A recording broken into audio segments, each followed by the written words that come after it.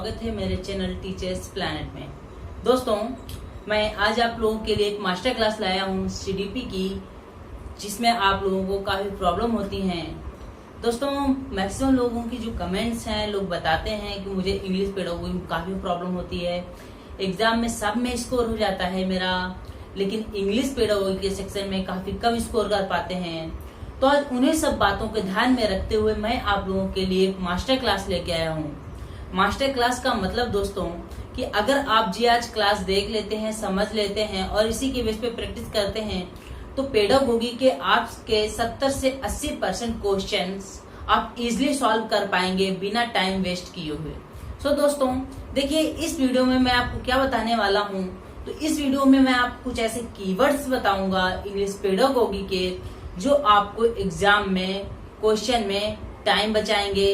आपको सिर्फ और सिर्फ क्वेश्चन में क्या करना होगा, उन कीवर्ड्स को स्कैन करना होगा बस।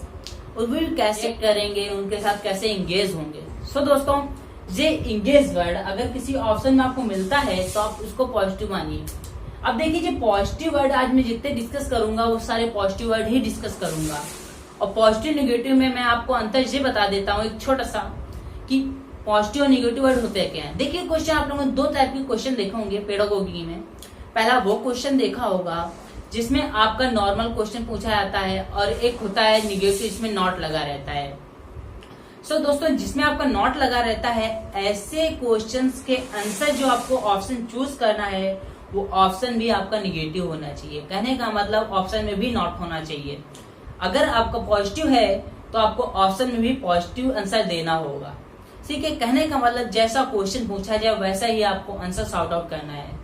तो देखिए, यहाँ पे मैं वो तरीका आपको बताऊंगा कि आप बिना क्वेश्चन पढ़े सिर्फ और सिर्फ इन कीवर्ड को स्कैन करके ही आप आंसर इजीली ला सकते हैं, और पेडागोजी के 70 से 80% क्वेश्चन इजीली सॉल्व कर सकते हैं, वो भी बिना किसी प्रॉब्लम के। सो दोस्तों, आइए आगे बढ़ते हैं।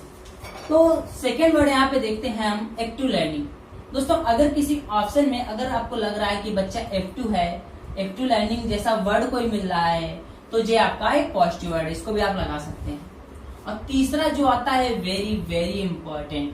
कहने का मतलब पेडागोजी के जो है आपका इंग्लिश पेडागोजी या किसी भी पेडागोजी से रिलेटेड है, कि अगर बच्चे को कनेक्ट करते हैं उसके रियल लाइफ से। देखिए, रियल लाइफ अगर किसी भी ऑप्शन में मिले हैं तो आप इसे बिना सोचे समझे लगा दीजिए, क्योंकि रियल लाइफ दोस्तों एनसीईआरटी 2005 में भी कहा गया है कि बच्चों को आप रियल लाइफ से जोड़ के पढ़ाइए। अगर आप बच्चों को रियल लाइफ से जोड़ते हैं तो बच्चा आराम से समझता है और उन सभी बातों को आराम से समझ के अपने दिमाग में बैठा सकता है। इसलिए आपको मैक्सिमम कोशिश करनी चाहिए कि बच्चों को कनेक्ट करना चाहिए उनके रियल लाइफ से। तो अगर आपको किसी ऑप्शन में रियल लाइफ जैसा वर्ड मिल रहा है तो आप उसे आंसर के रूप में टिक कर सकते हैं। आगे देखिए, इनकरेज। इनकरेज भी आपका एक पॉजिटिव वर्ड है। Recite reading. अब देखिए, रिसाइट मीन्स क्या होता है दोस्तों, इसका मीन्स होता है जोर जोर से पढ़ना। अब जोर जोर से पढ़ने का मतलब यहाँ पे ये है कि जब बच्चा थोड़ा लाउडली पढ़ेगा, जोर से पढ़ेगा, तो उसी की आवाज उसको सुनाई देगी, और साथ ही साथ उसके जो और भी स्टूडेंट हैं उनको भी आवाज सुनाई देगी। तो यहाँ पे आपकी लैंग्वेज स्किल्स डेवलप होगी और बच्चों को उनकी वॉइस सुनाई देगी, जिससे कुछ वर्ड का प्रोनाउंसिएशन उनके दिमाग में बैठ जाएगा और बच्चा इजीली सीख जाएगा। इसलिए दोस्तों, अगर किसी ऑप्शन में रिसाइट रीडिंग मिलता है तो आप इसको पॉजिटिव मानिए। नेक्स्ट वर्ड जो आता है वो भी आपका रियल लाइफ जैसा ही है। कहने का मतलब जैसे मैंने रियल लाइफ बताया था वैसे ही अपॉर्चुनिटी। ये दोनों ऐसे वर्ड हैं जो आपको कहीं भी ऑप्शन में मिले तो ये बहुत ज्यादा इंपॉर्टेंट और पॉजिटिव वर्ड रहते हैं। अगर क्वेश्चन आपका पॉजिटिव है तो ऐसे ऑप्शनों को बिना सोचे समझे आप लगा दीजिए। देखिए, अपॉर्चुनिटी में क्या होता है, अवसर।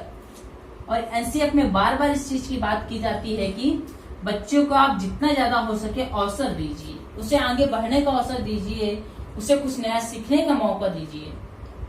चलिए आगे आते हैं। अगर open ended, divergent thinking, reinforcement ऐसे वर्ड मिले तो ये आप ऑप्शन में बिना सोचे समझे लगा दीजिए, क्योंकि ये हमेशा आपके सही होंगे। इसके साथ आते हैं, अगला जो वर्ड है आपका ये है ब्रेन स्टॉर्मिंग। ये भी आपका दोस्तों एक पॉजिटिव वर्ड है। साथ ही साथ लर्निंग बाय डूइंग। दोस्तों लर्निंग बाय डूइंग मीन्स होता है करके सीखना, और एनसीआर फॉवेल जैसे लोगों ने माना है, फॉवेल ने भी कहा है कि बच्चा करके सीखेगा। कहने का मतलब बच्चे को आप अपॉर्चुनिटी दीजिए, उसे अवसर दीजिए सेल्फ करने का। जब तक बच्चा किसी चीज में कुछ करेगा नहीं सेल्फ, तो कुछ सीख नहीं पाएगा। इसलिए learning by doing, own experience, hand on experience, ऐसे वर्ड अगर किसी ऑप्शन में आपको मिलते हैं दोस्तों, तो ये सारे आपके पॉजिटिव वर्ड है। ठीक है, चलिए आगे बढ़ते हैं। अब नेक्स्ट वर्ड आता है guess the meaning of new word. दोस्तों जैसे कि कोई नया वर्ड आपको मिलता है या स्टूडेंट को मिलता है, और स्टूडेंट आपसे पूछता है सर इसका मीन्स क्या हो सकता है, तो पहले आप क्या करेंगे, बच्चों से बोलेंगे बच्चे गेस करो आप कि क्या हो सकता है मीनिंग, क्योंकि बच्चों के गेस करने से उनका डाइवर्जेंट थिंकिंग बढ़ेगी और बच्चों में एक सृजनात्मकता, नवाचार जैसी चीजें आएंगी जो बच्चे के डेवलपमेंट में काफी अहम रोल अदा करेंगे। इसलिए दोस्तों पहले आप बच्चों को गेस करने के लिए बोलिए, कुछ टाइम दीजिए उनको, उनके बाद अगर जरूरत पड़े तो आप उनको स्कैफोल्डिंग दीजिए। स्कैफोल्डिंग का मतलब होता है थोड़ी सी मदद, कि अगर बच्चा कोई पढ़ने में कठिनाई हो रही है तो आप उसे पढ़ने का तरीका बता सकते हैं, पढ़ा सकते हैं कि क्या आप कैसे पढ़ो, आपको प्रॉब्लम नहीं होगी। कहने का मतलब आप थोड़ी सी मदद बच्चों को दे सकते हैं, वो आपकी स्कैफोल्डिंग कहलाती है। आते हैं अगला 15 जो पॉइंट है हमारा, वो है पिक्टोरियल लर्निंग। कहने का मतलब जो पिक्टोरियल पिक्चर से बना है। पिक्चर क्या होती है दोस्तों, चित्र। और चित्र कैसे, जी दोस्तों आपने देखा होगा किसी भी गवर्नमेंट स्कूल में जाएंगे आप, तो वहां पे दीवालों पे आपके नंबर्स लिखे होंगे, संडे मंडे लिखे होंगे, मंथ नेम लिखे होंगे, और साथ ही साथ कई सारी मीनिंग्स, एनिमल्स नेम, फिगर्स, ये सारा कुछ बना रहता है। तो कहने का मतलब ये है कि बच्चे जो हैं वो पिक्चर्स के रूप में ज्यादा सीखते हैं। बच्चे क्या, कोई भी इंसान है, अगर आप उसे पिक्चर के रूप में कोई सिखाएंगे तो उसके दिमाग में वो चीजें आराम से समझ में आएंगी। जैसे कि इंसान मूवी देखता है तो उसे मूवी याद नहीं करनी पड़ती, गाना देखता है उसे गाना याद नहीं करना पड़ता, अपने ही आप दिमाग में बैठ जाता है। तो ऐसे ही बच्चों को भी आप पढ़ाते समय एक प्रिंटेड इन्वायरमेंट दीजिए कि आसपास प्रिंटेड चीजें रखिए। इसी का एक एग्जांपल दोस्तों है आपका फ्लैश कार्ड। फ्लैश कार्ड में क्या होता है, वन साइडेड, जैसे कि आपने एबीसीडी का फ्लैश कार्ड बनाया है, बच्चों को एबीसीडी आपको पढ़ानी है, तो एक साइड आपका एफ और एप्पल लिखा रहेगा, और सेकेंड साइड जो उसकी उल्टी साइड रहेगी वहां पे एप्पल का फिगर बना रहेगा। तो ये आपका होता है फ्लैश कार्ड, और ये आपका एक एग्जाम्पल है पिक्टोरियल लर्निंग का। तो दोस्तों अगर ये वर्ड भी आपको एग्जाम्पल में मिलता है तो ये पॉजिटिव वर्ड है। इसके साथ आते हैं नेक्स्ट वर्ड पे, इंटरेक्टिवली।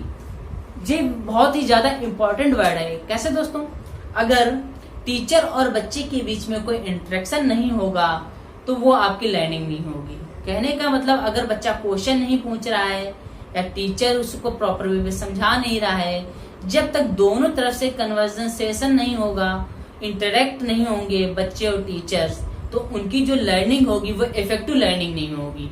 और अगर इफेक्टिव लर्निंग नहीं होगी तो वो बच्चे का विकास भी सही से नहीं होगा, उसे समझ में नहीं आएगा और वह स्कूल से दूर भागेगा, ड्रॉप आउट जैसी भी समस्या आएंगी।